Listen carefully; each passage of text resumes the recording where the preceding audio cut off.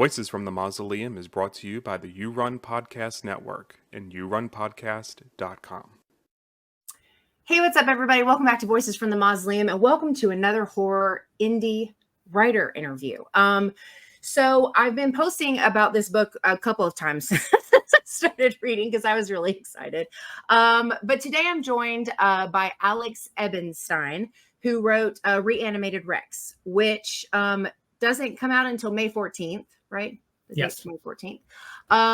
But we're here to kind of talk about that book, talk about Alex's writing process, the cover art, the concept, all the fun things that have to do with dinosaurs coming to life and eating people, which we need more of in the horror genre, if you ask me. No such thing as too many dinosaurs. That's right. Yeah. So first of all, thank you for coming on and talking about this. I'm really excited. I really enjoyed this book, and I'm excited to have other people check it out. Thanks for having me. I'm pumped to be here and so glad you loved it. So obviously we're off to a great start. Right. Yeah. So you have done, you have two other books out. The one is called Curse Corvus. Did I pronounce that correctly? And that one was self-published. And then you had Melon Head Mayhem, which was done by Shortwave Books. And then you're also an editor for Split Screens with Tenebris Press. Yep. So you're doing all kinds of things, which is all great. kinds of stuff. And I love that you also have like a cryptid. But that's probably going to be. I'm going to read Curse first, but then I'm definitely going to jump into the Melonhead Mayhem because I love cryptid like lore stuff like that. It's really exciting. Yeah. Yeah. But yeah, so you're going back to self-publishing with Reanimated Rex? Yes. Yep. Started out self-publishing Curse Corvus, and it went really well, but it actually, when I made the decision to do that, within like a month, I ended up getting a deal with Shortwave to do Melonhead Mayhem. So the fact that they kind of came out so close in succession last year was not planned at all, but just kind of how it worked out. And then, back to self-publishing Reanimated Rex because I like it. And, I feel like we're going to get into this a little bit, but yes, I am good with self-publishing. I'm also good with being published by other publishers, like kind of whatever works. And I'm guessing there'll be more of both. I hope more of both, going forward. Yeah. Yeah. So I want to talk just a little bit kind of about you and your writing process before we jump, straight into Reanimated Rex. But what, in general, what is your writing process kind of like? Are you a big planner? You just kind of wing it? Do you have like a process? So every project is a little bit different, but mostly I tend to start a book or a story without really much more than like a very basic idea, and then just try to go with it. And then typically I'll get like maybe a third or halfway and go, man, I'm stuck. I need to figure out what I'm doing here. And then I'll go back and outline what I've done and try to see if I can outline the rest. But I'm not a big outliner, and and all that being said, I typically have that initial idea, and I typically know where about it's going to end. So it's more just a matter of like finding my way there. And so like doing a sort of like retroactive outline helps me kind of keep track of, the kind of the goalposts that I'm hitting, the checkpoints, and then like establishing a few more checkpoints, and then, figuring out where to go in between. Like I don't like, everyone has a different process. Outliners are fascinating, but it's not really for me. I don't know. I don't like to take the time to really do very in-depth outlines. I just prefer to mostly just write it. Yeah, I've done outlines before, and I think the planning and coming up with stuff is my favorite part of writing. And I think when I do the outlines, I feel like I already did all of that part. So then the writing it's not as fun. Yeah, I've heard that from a lot of people, and and then there's still others who are like, yeah, I've got 20,000 words in an outline. It's like, I know, but that's how they write, and it works for them, and that's great. Not for me. Right, sure. Do you have like, how do you decide what you want to query versus like self-publish? Yeah, so the Curse Corvus and Melonhead Mayhem, I had those written I think I wrote those in 2020. And I attempted to get publishers for both of those, Okay. to varying degrees of success, mostly failure. And I wasn't really sure what to do with Curse Corvus. And, there's only so many different indie publishers, and they're only open various times. Yeah. They are Yeah. open. The competition is extremely high. And Yep. I'd kind of forgotten about it or just abandoned it. And then I was like, you know what? I want to get a book out. Like, I'm still writing, but Yeah. I feel like, and I was doing the Dreadstone Press publishing stuff, which has since ended. But it's like, you know what? I want to get a book out. I know how to publish a book because I've at that point had done so.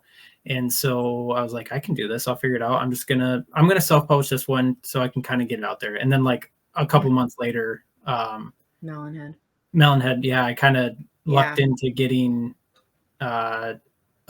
getting a contract with Alan at Shortwave. And so it's really just like, obviously, okay, I was about to say something that I was going to then immediately contradict.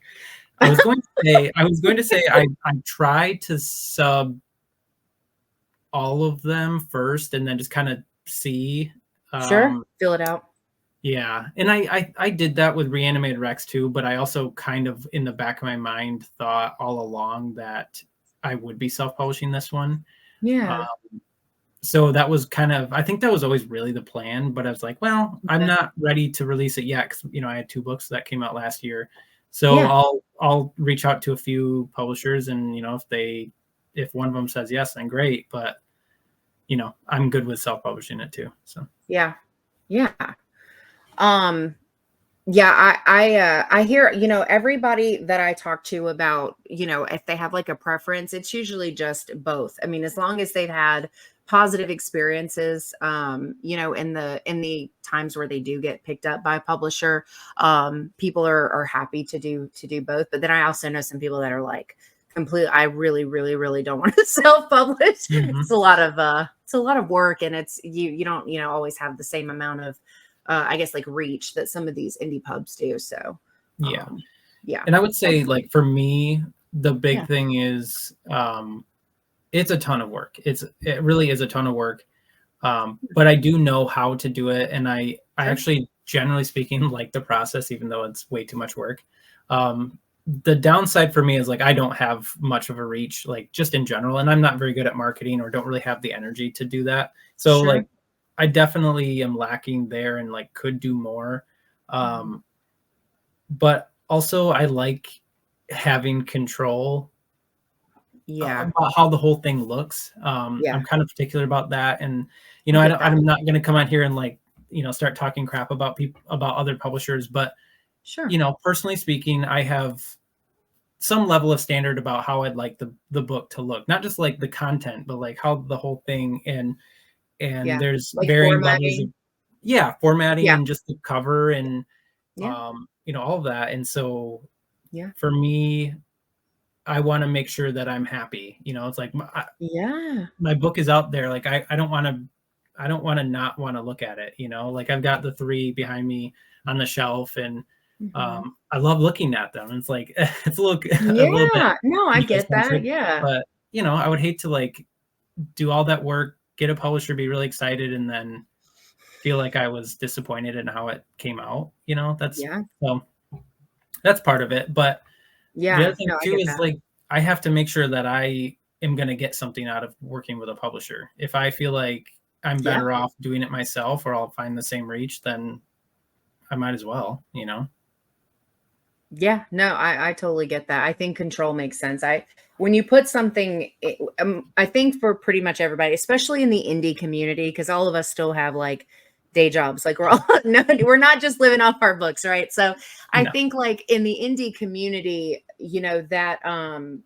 that level of control over the meaningful thing that we have created is really important, and it makes you feel a lot better about it coming out, unless you are lucky enough to get like a really good situation where you trust the publisher and stuff. But some allow a lot of liberties of like what control you have, and some don't. So it's just picking. And I'd like to add quickly that Alan at Shortwave is like the I don't know if exception is the right word, but like Yeah. absolutely incredible experience. He That's great to cares hear. so much about how Yeah. the book itself looks, and yeah. So That's so if good. anyone listening thinking, oh, he went self-published after Mountainhead, no. If I That's could not work what you're with saying, right? yeah, if I could work with Alan for every book, I would. But he's got lots of stuff. Yeah, he's a busy guy. So anyway. Yeah. Before we jump into like the Reanimated Rex stuff, I was just gonna read the back really quick. So again, this is the cover. I'll put it up again in a minute when we get to that part. But it says, "Welcome to Prehistoric Park is something no longer said in these remote Michigan woods. After a freak accident took the life of the co-owner, the long abandoned theme park grew wild. Home to little more than decaying structures, resin dinosaur statues, and a mythic recluse. Converging outsiders hope to find opportunity, family, nostalgia, and vengeance in the forgotten tourist attraction. But a storm is brewing, and the electrified air has more in store for the visitors than they could ever imagine." Yeah, so I think the biggest question, right? Why dinosaurs? How did this concept come to be? So I've always loved dinosaurs. Sure. Jurassic Park is my favorite movie of all time. Yeah. Probably pretty obvious based on Would never all have guessed. the 100 different little references, and yeah. Yeah. So really, it starts there. I almost want to say it starts and ends there, but like I love dinosaurs, and Yeah. I don't necessarily know like all of them, but like Sure. I'm, obsessed with Jurassic Park, and so just kind of always in the back of my mind, like one of these days I'm going to write a dinosaur book. And I had an idea a few years ago. When did I write this? Maybe 2 years ago I wrote this, and it just was one of those things where I kind of pieced a couple thoughts together. Do we want to get into how, like, yeah, I guess it's a good time. Yeah. Yeah. So there's a whatever you want to say. Go ahead. okay. Yeah. So there's in Michigan where I live, there is a dinosaur theme park that it used to exist. It's abandoned now. And, Oh, okay. And so like there's a place you can look it up. It's called Prehistoric Forest. I didn't know this was like based. I'm just ignore my facial. I just didn't know that this is based off like something for real. So that's really cool. Go ahead. I'm sorry. Yeah, so that's where it started. I'm like, this prehistoric forest. I never had the chance to go, and I haven't gone like urban exploring. But by the time I realized it was a place, it was it like fences were put up to like keep people out, and it's like. But there are pictures and like big dinosaur statues like grown over with weeds and stuff. And I've just always been fascinated with that like park. And just like, oh, a dinosaur book. I'm like, oh, I should do something with that. And like, what if those dinosaurs come to life? And it's like, okay, well, there's your story right there. Yeah. And two, I guess like the convergence of ideas the other part being I've always wanted to write a dinosaur book, but I wasn't sure how to incorporate dinosaurs. Like, okay, do you go back in time? Is it Jurassic Park where you create the dinosaur? It's like figuring that out. I'm like, okay, well, what if they're just statues and then they come to life? So it's like obviously a lot more supernatural than it would be technological or science fiction. But it's just, and it felt somewhat unique, and I was like, yeah, let's go with it. I agree. Yeah, I didn't, because I saw you post about this, and I don't even know that I was following you at the time. I think it just happened to show up, like Twitter magically does, right? Sometimes, and shows me stuff I want to see. And so I was like, oh my God, a dinosaur book? Like so I have a 6-year-old who is obsessed with dinosaurs, which is why I was at the park I posted the picture of the other day, and he's obsessed with dinosaurs. And so it's kind of brought back my love for those things too. And so, we watched movies together, we talk about dinosaurs a lot. So I was like, didn't even think about looking up like horror dino books. Like that never even crossed my mind. And so I saw this, and I saw that you were looking for ARC readers, and I like couldn't message fast enough. I was like, I've got to read this. Like, I'm so excited. And I was so pumped to be able to even get a physical, because I know those are not always easy to get, and they cost money to print and all that. So I was like over the moon. And then like I went into it. I don't even think I read the back, honestly. I think as soon as I got it, I just wanted to jump in. And that was the one of the biggest things for me, was like when I started to realize what was going on, I was like, this is so different, because I had no idea what I was going into as far as, conceptually, like how they came to life or what that was going to entail. But yeah, I would agree. Totally unique concept. I really loved that it wasn't super sci-fi, that it was more on the supernatural side. I thought that was great. I loved that. Yeah, thank you, first of all. But I didn't. Okay, let's be honest. The book that I wrote, there's a lot of retread material in here, but at the same time, I didn't want it to be just like another thing where explorers find like a location previously unexplored and like, oh, there's dinosaurs there, or like, I don't know, like there's all sorts of that stuff, and it's cool. Like I like that stuff, but I didn't want to. Yeah. I didn't want to do that same thing again, and I obviously didn't want to do the same thing that Jurassic Park did. So I was like, okay, I got to find something at least different, to some degree.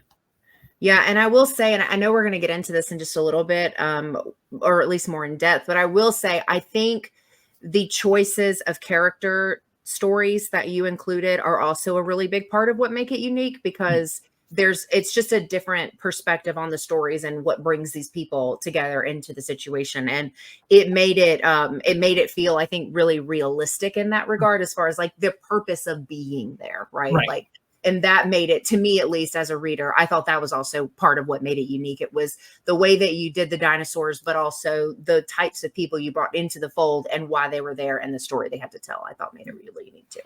Cool. Yeah. Thanks. Yeah. So I'm going to put a picture of the cover. So the cover is stunning. The colors in this, oh my God, I love them so much. And then this is the back. Yeah. Just like I don't know, it's hard to tell, but it's like he's like looking through a window. Yeah, mine's dark. Yeah, here's better. Yeah, and then just because we'll talk about these too. You also have these cute little things at the top of the chapters. Show fast, so no reading. You have to go buy the book.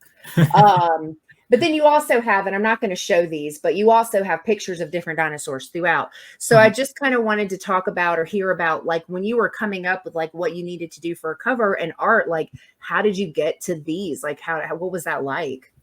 Yeah, I love this question. And this is one of the things that self-publishing really lends itself to, which is I get to do this, like I didn't do the art, but like I get to decide how it looks. And like, I love when books have art, interior art. And so like, obviously I'm paying for it. So, there's that, but like, I know I can do that. And I like to be able to include, 4 or 5 illustrations in the book itself. It just, I don't know. It's nice. It's a nice thing to have. But yeah, so I wasn't really sure what I wanted the cover to look like, just other than, of course, it had to have dinosaurs on it. Like, it needs to be very, very clear from the front. Like you said, you weren't even sure you read the back of the book. Like, I don't need people to read the back of the book. In fact, personally, I don't like reading the back of any book. I like to be drawn in by the title and the cover and maybe like one other sentence someone has said about it and go, yep, that's what I want to read. And like, just going into it, like being surprised or just letting it unfold. And for sure. So I feel like, got to have very like cool looking dinosaurs on the front. So I didn't know any artist who did dinosaur work. And so I just was like, I went online to Deviant Art or some like art search engine kind of thing. I don't even know what you call those, but I know what you're talking about though. Yeah. But I think I searched like dinosaur illustrations. Because that was the other thing. Like, I knew I didn't want like photorealistic. I wanted like drawing, like illustrated kind of. I'd say it's like digital illustration, but that kind of style, right? So I just was scrolling through, and then I found this person, Camila Manta from Brazil. She goes by Freaky Raptor on which is a Freaky Raptor. So it's just incredible. It's sold, right? Like, yeah, so like, yep.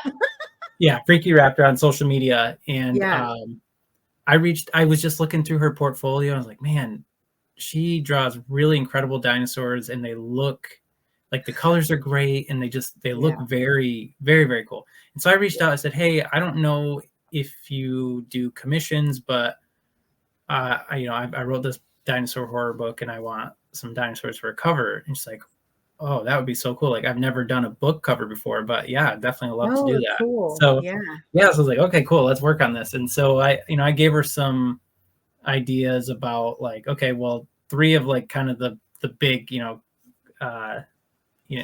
the big, 3 dinosaurs here, the T-Rex, the Allosaurus, and the Spinosaurus. And the Spinosaurus. It's like, okay, if we can get something like that with like a sign that kind of tells us where we're at, and just some hints. It's like it's kind of, there's some trees. It's like a park sort of. Sure. And that little lightning bolt there at the top. But yeah, and she just like came back with this really great sketch. I'm like, this is perfect. And she puts these amazing colors into it, and yeah, absolutely nailed it. I'm thrilled.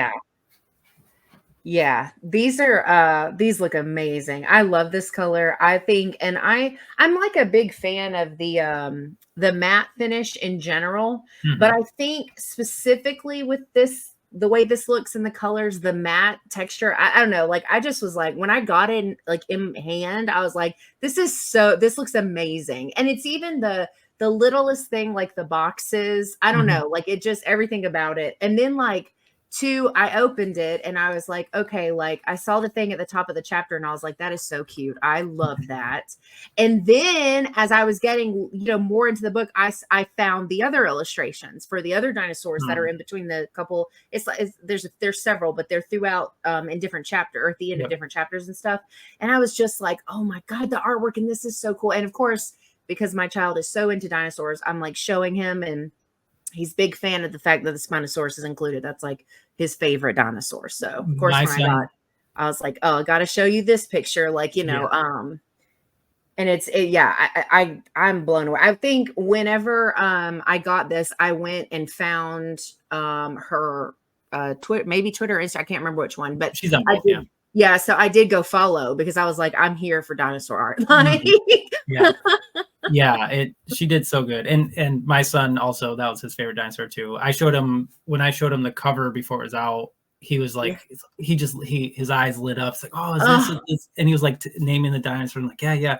And like, I had this cover back in January, I think. Okay. And I swear for like 2 months, he's like, Dad, when's your book going to come out? When's your dinosaur book going to come out? And I was like, it's coming. I just gotta finish. I love that. Yeah. I couldn't I don't think maybe at bedtime, if I were to try to read this, mine would pay attention, but there's not quite enough pictures, for my little, but he was very excited for me. And when I showed him the pictures, every single time he was like, that's so cool, Mom. Like he was like, that's cool that grown-up book is yeah. Yeah. Well, and this is the whole point. Like, again, kind of going back to what we talked about earlier, like, obviously I want this, I wrote the story that takes the most time. I want it to be good or at least fun, but people are buying this, right? It's writing the story is art, but the book is a product and I want it to look good. And I want that product to showcase the art. And that includes the story and the artwork on top and the little, the little dinosaur like drawing on the chapter headings. Like those are little things that I get to control, and I think it makes it look nice and it's fun to do. And it really does. It adds to the experience, I think, because then you're just like, you're reading about dinosaurs, but then you're like, oh, I'll get to see one. Like, It's not, like I'm not going to just give you a book that's like a Word document printed out. That's that like, I want you to enjoy the experience of holding the book. Like, I mean, obviously ebooks are great, but I'm a print book kind of guy. And like, part of the thing for me is just like holding a book, like I've got this one that I need to get to, but like I just added that one to my list after I read this. I was like, who's got dinosaur recommendations? And it's got, I mean, I haven't read it yet, but like it's got some illustrations in it too, and it's just like part of the experience of reading is holding the book, in my opinion. Yeah. So like I want to make it good, or as good as I can. Yeah, no, I think you and the artist nailed that. I mean, because I think this is, it's like, the story is an experience, but I think it's elevated with the artwork and the illustrations. It just kind of takes it to the next level. So yeah, I appreciate that, because that's exactly what I'm going for. Yeah, no, I think you guys nailed it. Yeah, I can't say like I genuinely like I was so because it's like when you see it in picture, it looks one way, right? But then again, when I got it, I was like, man, like it's just this is one that I feel like, if you have it out somewhere, like either on a table at a convention or if you had Mhm. it on a shelf at a bookstore, like it's gonna stick out to people because of the way Yeah. that it looks and it's gonna Mhm. draw people in, which is obviously the point, right? So Yeah, absolutely. yeah. I actually, Ooh, just jumping real quick, yeah. I did an event when was that now? A couple months ago, Scarelastic Book Fair in Oh, Indianapolis, and okay. I had early copies of this because I'm like, Yeah. selling in person is so much fun and it's easier in my opinion. But yeah, Yeah. to your point, having that book, having that cover on the table in front of me, like people were very interested, like dinosaurs, what's this? And like picking it up and looking at it. And I sold out of everyone that I brought. And I was like, I I guess am I not should have brought surprised in the more. least. But you're right. It's like you can't. I mean, if you hate dinosaurs, whatever, Sure. that's unfortunate for you, I suppose. But yeah, you see that book, and it's like you can't not look at it. You can't. What's that? Dinosaurs? What's going on here? Oh So man. Yeah, I'm a sucker for dinosaurs. Like I said, we watch all the movies and stuff. I even watch like I managed some miraculously to find two found footage dinosaur movies. And don't get me wrong, they're awful, but I love them so much. Like which ones I were they? don't there's one called Dinosaur Project, and then Hmm. the other one is called oh no, what's the other one called? The other one's called like Area 407 or something like Okay. that. But they're very like very CGI, very kind of cheesy, but I don't care because it's dinosaurs. Like it's so Yeah, fun. I would Um watch that. and it's just something that just like if it's dinosaurs or really any monster, but if it's dinosaurs, I'm like I'll give it a shot. Like period. No Yeah, question. I need to look those up because I'm the same way. I'm the same way with shark movies too. Oh, same. But yeah, if it's I'll watch it. Yeah. I'm a sucker for that for sure. Dinosaurs are worth the time. Always. Yeah. Okay, so Reanimated Rex. Was Mhm. there any particular inspiration for the title? How did you come up with that? I wouldn't say necessarily any inspiration Sure. other than I'm terrible with titles. And I just was sitting there for a long time thinking, okay, I've been calling this book Dino. That's it. Like just Dino. Like to my Yeah. friends or to like my Sure. wife. Oh yeah, finished the first draft of Dino. Like that's all I had. And I'm like, I guess I should probably come up with a title for this thing. Yeah. And I just was thinking, I'm like, I don't know.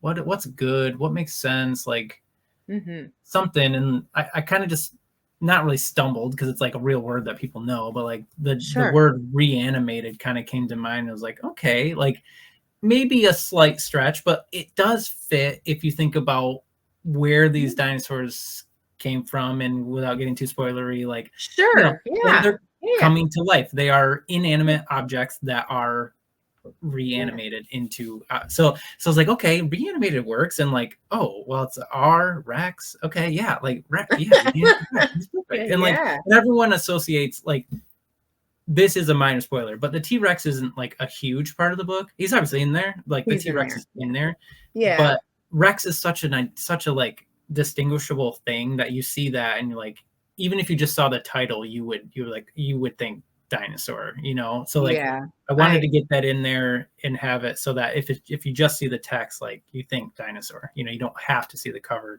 no, to I know think kind of yeah. what's going on. So I think that makes sense. Yeah. And I mean, as far as like, reading the title and then reading it, I didn't feel like a weird letdown or anything by the fact that the Rex is. And I think it's more of just a play on like, this is going to have some familiar ground enough that you're going to be excited to read it, I think. yeah, And Rex is, everybody knows that one, right? exactly. Yeah. That's what everybody knows. So I think it's just a comfortable place to start to get people's attention. So I think it totally works. Yeah, thanks. And yeah, and I'm a sucker for alliteration. Curse Corvus, Oh, Mountainhead Mayhem, love that it. just mentioned, but Reanimated Rex. I'm like, okay. Yeah. Maybe the next one will actually. I know the next one will not be anything like that. I have a title, but Oh, but no alliteration. yeah. Yeah. So you mentioned you wrote this 2 years ago, right? Mhm. Or you said it was done 2 years ago. How Yes. long did it take you to write this? So I can. Okay, I'm going to be a little bit of a nerd here for just a second. Okay. When I write longer projects, so novellas, and the couple novels that I've written that have yet to see the light of day. I track, this is the only instance where I track word count, is when I do longer projects, because it helps keep me kind of like on track and motivated to motivated is the wrong word, but it's not wrong. Like, obviously I enjoy the writing, but like at the same time, like, just the encouragement, like, okay, keep on track with like your words. So I have my daily word count for this book, and I started it on December 6th of 2021 and finished the first draft January 21st of 22. So it took me 47 days to write basically 32,000 words. Wow. So there's my nerdery, my exact how long did it take? 47 days. And I average 680 words per day, just in case you wanted to do that math. I envy people who have the focus to write like every day like that, because I don't have the discipline yet. I've tried. My friend Kat Valor is like, well, I always say like you should write every day. And I'm like, it's so hard though. but it's true. I do think that the more you do it, the easier it comes for the most part. I mean, obviously there's exceptions to that and you get block and stuff, but for the most part, it does help. Well, so the caveat to that is since then, really, I've been so busy that I rarely write. I wish I could write more. I rarely do write, but those exceptions I try to like, when I'm in a bigger project like that, to carve out more dedicated time and making sure that I can do it regularly. The biggest thing for me, it's not just like momentum finishing it. It's that if I go too long between, I lose the voice a little bit. And I found where if I come back to some, like there's been a couple where I haven't been able to do that, and I'll go back to them. I'm like, I feel like I'm writing a different story here. Like I lost that narrative voice, lost the character voice, and like I'm almost starting from scratch. And it just, and that's not a good way to do it anyway. I mean, whatever, you work with whatever time you have, but for me, it definitely feels like I'm making the situation worse for myself when I do that. It just feels like more of a uphill battle. Yeah, no, I understand what that means. So when you were going back through it, did you end up making a lot of story changes, or did the story pretty much come out the same as it was? Yeah, so obviously went through some edits. I had a beta reader who helped, of course, she always does. And like I did my own revisions, and then I hired an editor to help. But really, there wasn't a lot of changes, very minor stuff. When I write, I don't typically need to cut a lot, and I don't typically need to add a lot either. I'm not an overly fast writer, and so like it's definitely not perfect when I write it, but it's much closer to like what I do want the first time around than I think some people. Now I might get more written in general if I was a little bit less picky, but yeah, it just I've tried that where you just like, just get the words down, and I don't know, I just can't. I don't have a hard time with that. It's like, it went through edits and it needed edits for sure, but like the story itself was pretty much intact the whole way through. So, which is good, it's not like it's not anything major. Like there were maybe a couple minor plot things that needed to get tied, like wrap some bows up a little bit cleaner. Okay, sure. Yeah. Really, I'm not sure what the final word count was, but I bet it was within 500 words to 1,000 words of what I had after the first draft. Wow. So, yeah. Okay. Yeah. So I mentioned earlier that I felt like the characters were very much a big part of what makes this experience so unique. And they're very specific, like types of characters, archetypes, very specific ones that connect with each other and complement each other as things are happening, as the story is being told. And I guess I was just kind of curious, like, were these archetypes that happened naturally? How did you get to the point where you were like, okay, these are the people the story needs to be told through? Because I feel like they feel very intentional. So I wasn't sure like what kind of went into that. Yeah, so they weren't that intentional. No? Okay. I don't really know what I'm doing typically. I'm going to lose writer points here, but I kind of just figure out whatever story I want to tell and then try to tell it the best that I can, as Okay. naturally as I can, Mhm. for better or worse, right? Like I'm not Yeah. sitting here and saying I'm writing, you know, the highest of literature with the most in-depth characters with the most unique stories, but Yeah. I have a story in mind and I try to tell it my way. And for the most part, I would say these characters kind of came naturally.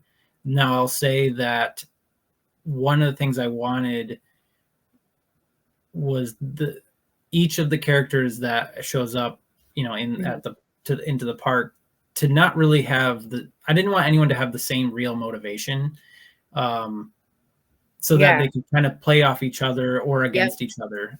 Yep. I didn't want it to be like a group of like three best friends that were all attempting to do the same thing with different I get you. personalities. Like I wanted some varying personalities and just completely different motivations even. Yeah. If anything, to help myself like have something different, right? Because Yeah. it can be easy to fall into that trap if you have like a group of like-minded, like if you have a group of like-minded people attempting to do the same thing, it can be harder, in my opinion, to differentiate them. Yes. And so this was maybe my subconscious was like giving me a shorthand attempt to like, hey, if you give these completely different motivations, then that'll help, create just different interactions that maybe you weren't planning for, or just things that come up where you can butt heads, or two can come together, but then the third one kind of pulls them apart, type of thing. And so that's kind of where it came from. Like again, I don't really know what I'm doing, but like I wanted them to have different reasons for being there. Yeah. In different. Well, yeah, like obviously the two characters go there for the same reason. I know what you're saying though. But, one is very like, this is about me, and the other's like, I guess I'm going to, like, it's a little, it's kind of different, in that regard. But I think that kind of is exactly why I think it works so well, because exactly like you said, each individual, because they are so different, they all stand out. And you're never like, it's like, I don't know, I guess when I'm reading and I'm like visualizing things as I'm reading, it made it very easy to visualize each person as an individual in the scene and the things that are happening to them, because they were so drastically different. And there's it was like very well balanced as far as like the like the asshole characters and like the characters that that you're kind of rooting for, that you really like, or that you find funny. And I think that it's I think in both film and books, I'm a stickler for caring about characters. If I don't care about the characters, it's going to be really difficult for me to care about anything else that's going on. Yeah. And I think that I was invested in them pretty early on. And even the ones that weren't super fun or nice or wonderful, like you're really like, well, maybe I'll get lucky and they'll get eaten by a dinosaur. And then that's also satisfying, right? So if that happens, then I'll still be interested to see what happens. So, you've got the ones you want to survive and the ones you would be okay if they got eaten. And let's just see what And it's funny, I like that point specifically because the editor that I worked with, Alex Woodrow, mentioned, not necessarily specifically for this, but in the same vein, like at some point, she said, at some point we know what kind of book this is. Like at some point we know it's a dinosaur creature feature and people are going to get eaten by dinosaurs. Oh, sure. So it's like play into that a little bit, like it's okay to let those characters like be, like you can root against that one, or at least maybe not like a character, but like hope that, the hope is that they'll get their dino comeuppance.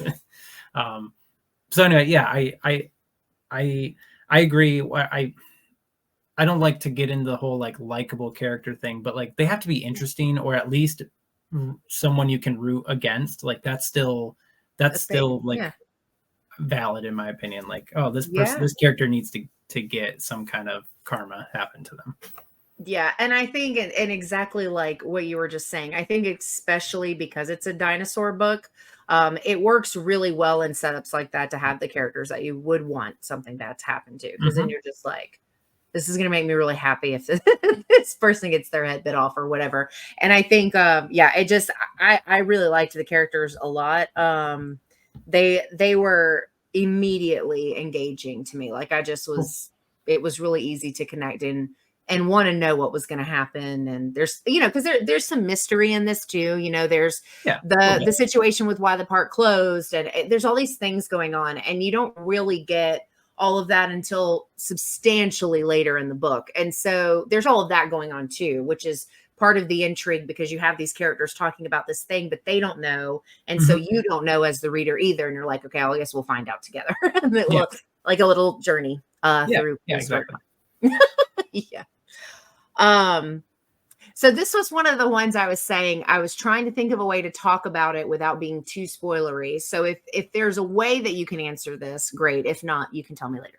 But I was kind of curious how you came to the conclusion that you did, like what where the idea of how this happens even like came from, if you're able to say, which I guess it's sort of hinted at anyway, but I didn't know, I was trying to be careful with what we talked about, but Yeah, so how can we say this? Well, so I'll say this. Obviously the dinosaurs come to life. That's like a yep, given, right? Everyone yep, knows that. yep. Um I wrote maybe two. No, I didn't write that much. I started writing it though, and like had certainly written the prologue and probably the first few chapters Mhm. with a completely different idea in mind about why they came to Ah, life. okay. Um, Okay. and it had to do with that the kid at the beginning, he goes in that room and presses a button. Okay. And so I thought that was going to be it. And Okay. then I just kind of like realized I got to the end. I'm like, wait, I didn't like do anything with that. And I and I was like, oh, I'm gonna just write that out. And like, oh, maybe it's just, the storm. This other thing. Yeah. Yeah, yeah. So yeah, I think part of it was just not knowing and going, well, I don't think it was not knowing, and then also convincing myself that it was kind of okay that it didn't really like I read a review and someone's like, I didn't like why they came to life. Like it wasn't really explained or it's kind of silly. And I was like, you're right. Like, what obviously I don't engage with reviewers to that And end. yeah, no, I know what you mean though. Yeah. But I Yeah. read it and like I'm thinking about it. I'm like, yeah, they're not wrong. Like it is silly. But I also think with this kind of story, there are dinosaur statues that are alive. Does it really ultimately matter how they come to life? Like Yeah. it's complete fiction. It's not like I tried to make Yeah. it a science, and again, if I had tried to do like a Jurassic Park thing and the science was complete nonsense and like, well, that doesn't make any sense. Like I could see that argument. It's Hmm. supernatural. They're dinosaur statues that are suddenly alive. Like ultimately Yeah. why they do is a mystery, and that's fine, and I'm good with that. As long Yeah. as the mechanism, or as long as like there's some logic to when they are and when they aren't. Yeah. Right? That Yeah. that was really what I needed to nail down.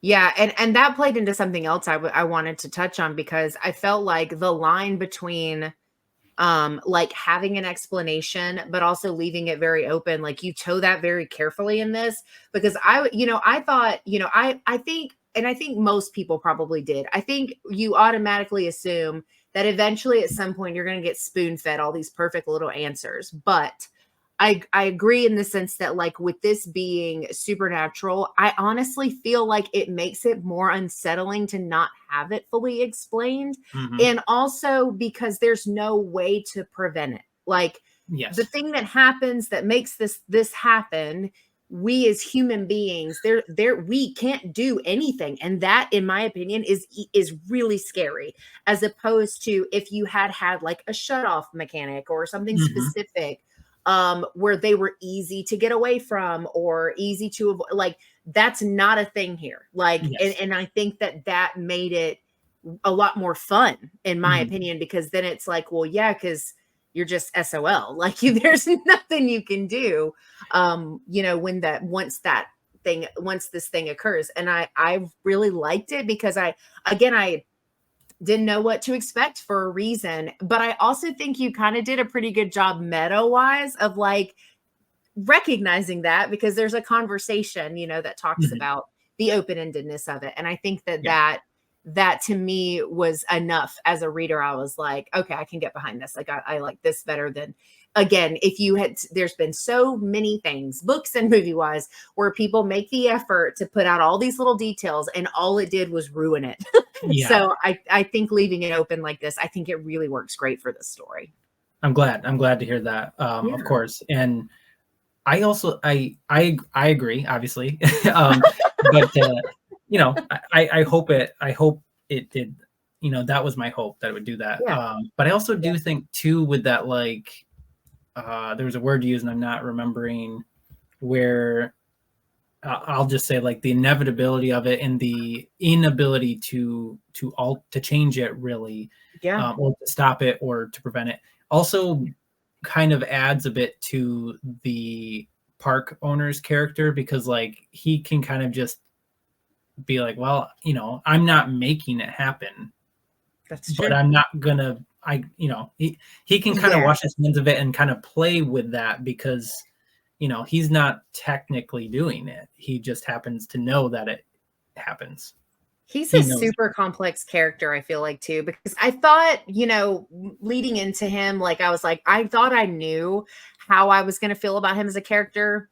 And then it like flipped the script on me when like you get the, you know, some of the information that we don't have until the very end.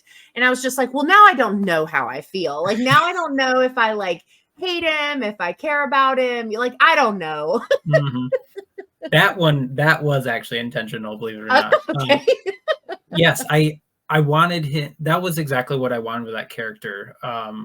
Because we, you know, we talk about the very like specific types of characters. There are a couple that you're like, these are good people and I want them to survive. And then there are a couple and like, these are awful people and I want them to die. And then there's this owner who, you know, try not to get too spoilery here, but like, obviously he's presented as a bad guy.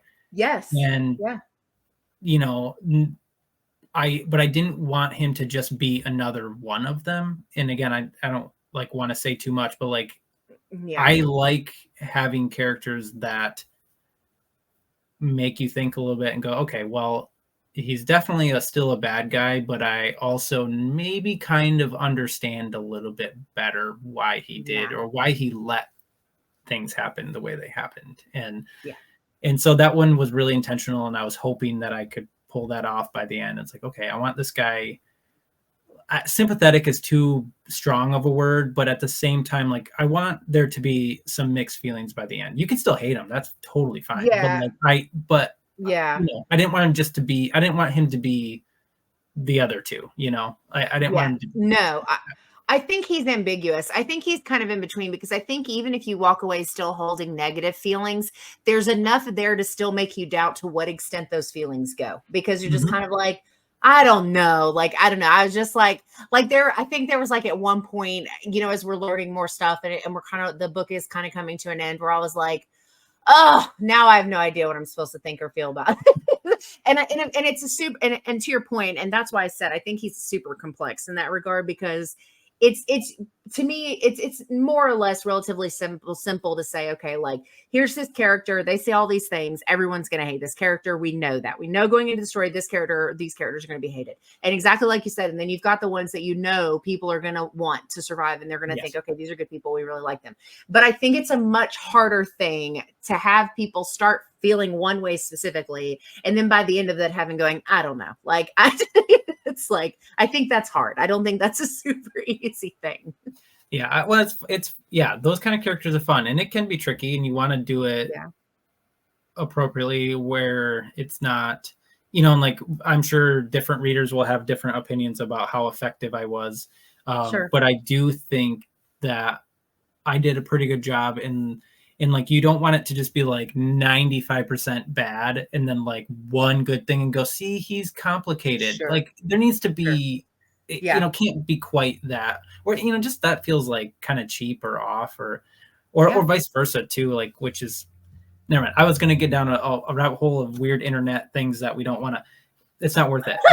Basically just saying like people in real life do bad things and they do good things, like sure, at the same, all the time. That's a normal person. And so like, yes, I'm trying to find just in my own fiction in general, like trying to find more ways to explore that.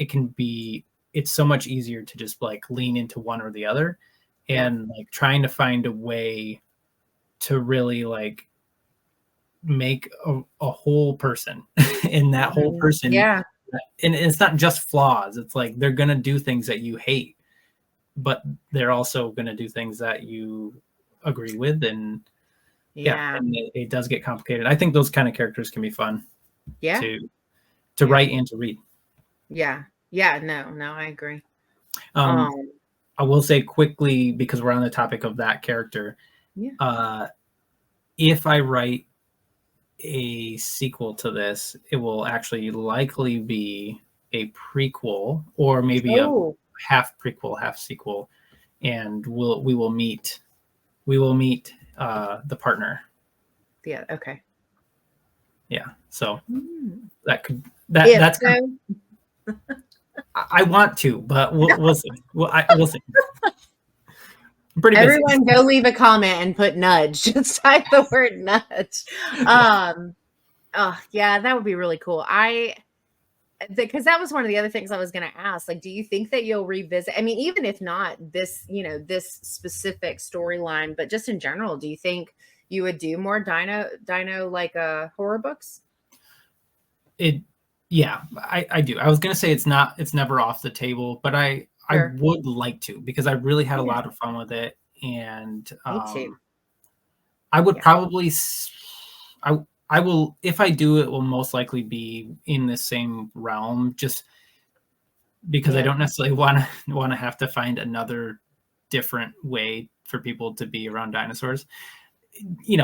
I totally understand. I am slightly lazy. So, to that end, like I feel like I kind of mentioned the maybe prequel sequel, like, there's definitely room for something to happen after after the end of this book. But I also think there's enough before where, like, it could be interesting to just maybe like, get a little bit of both.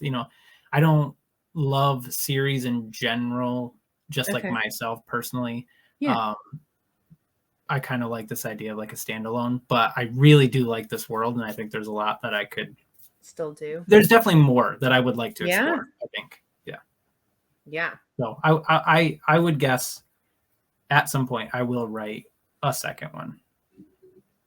Don't hold me to it. Too late. It's recorded now.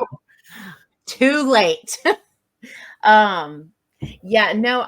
It's funny because I was literally like so excited about the dinosaur concept, and then when I finished it, I messaged my friend Kat, and I was like, I really loved this. And she wrote me back, and she was like, I knew you were going to, like, 'cause she's already read it too. And she was like, I knew you were going to. And it was just, it really was like, I've been like, plenty of times we read stuff that is kind of good, or there were things about it that we liked, or even things that we don't really like, or books, but I've been lucky. The last several things I've read have just been really great. And this was like the start of that whatever you want to call it, that streak of really, really great indie horror stuff. And I mean, I really love this.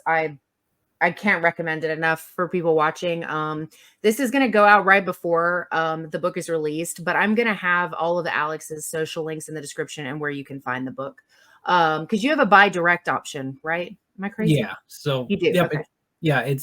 It is from me. It's through the Dreadstone Press online web store. Okay. Just because I didn't want to set up another web store, so I'm like, I just sell. Yeah. So I have a whole, like, you can't see it, sorry, but I have a whole stack of them. So I will sign them and ship them. All right. And I'll put the links for that in the description so you can get your own copy. But this was really great. I again, thank you for coming on and talking about it. I'm excited to try to help promote it. Thanks for having me. Really, really fun read. Yeah, of course. Okay, well, I think that's going to wrap up this episode of Author Interviews. Thank you guys so much for hanging out with us. Make sure you go check out Reanimated Rex. Give Alex a follow. Read the other stuff that he puts out. Both of those are on my my TBR. Although I didn't know about Melonhead Mayhem until yesterday or the day before, so that's newly on my list. But the other one we've already talked about. So, but yeah, I genuinely loved this book, and so I think if you're a dinosaur fan, if you're a horror fan, pick it up. Can't recommend it enough. Awesome. Yeah. All right. Thank you guys so much for hanging out with us. Hope you have a good rest of your week. Enjoy your weekend, and we'll see you in the next one.